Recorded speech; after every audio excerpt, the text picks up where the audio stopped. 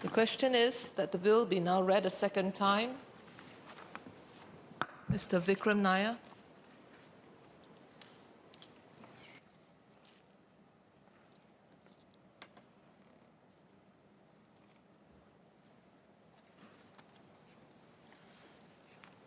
Madam Deputy Speaker, I support this bill. The creation of the Armed Forces for Independent Singapore started with the Singapore Army Act in December 1965. The creation of the Singapore Navy and Air Force followed in 1967 and 1968 respectively. These three services have formed the core of Singapore's armed forces ever since. The creation of a fourth service, some 54 years later, is therefore a significant milestone. The reality of digital threats have been recognized for some time and have been raised in the course of the Ministry of Defence's Committee of Supply debates for several years. Earlier this year, Minister Ng Eng Hen addressed this issue during this year's Committee of Supply and foreshadowed the creation of the Digital and Intelligence Services Unit in the course of this year. This bill facilitates that process. The digital domain is undoubtedly critical in our daily life. Our civilian life depends heavily on it. Our bank records, health records, transactions with government, and even daily expenditure are all increasingly electronic. This is why each institution that deals with electronic data needs to ensure security of that data and the integrity of those systems. Important infrastructure and daily operations are also dependent on technology. Earlier in his speech, Minister Ng highlighted how fuel shortages across the US East Coast in May last year were due to ransomware attacks on the Colonial Pipeline. Another example raised during the Committee of Supply debates was how Iranians could not top up gas in petrol stations in October last year because payment systems were hacked. Now, as a matter of international law, it is unlawful for a state to target civilian infrastructure, and I would argue this should cover digital attacks on civilian infrastructure to disable their operations as well. There is much debate on this, however, and not all experts are agreed that such attacks would constitute violations of international law and prohibitions against armed conflict. Additionally, there is also some difficulty of pinpointing whether an attack originated from a specific state, or especially if it takes place in the digital domain, and whether and many of these attacks may continue to persist even in times of peace. It does not take much imagination to expect that military technology and infrastructure, which is increasingly dependent on technology, can also be subject to digital attacks. As we move to more automated warfare, including the use of unarmed aerial vehicles, we must also equally protect the technology that drives those new systems.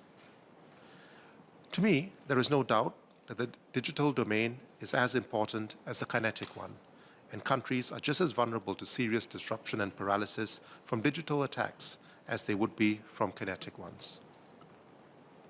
Now, based on the Minister's speech introducing this bill, I understand that the creation of this new DIS is an evolution. The DIS will be evolving from the existing C4I unit, Command, Control, Communications, Computers, and Intelligence. I have a few clarifications from the Minister of Defense on this topic.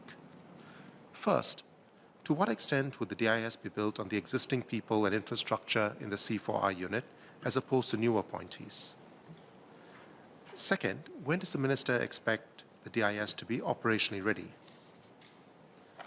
Third, currently C4I team supports the operations of the Army, Navy, and Air Force and is an integral part of their operational planning. Will the DIS continue to deploy people into other services to support their operations?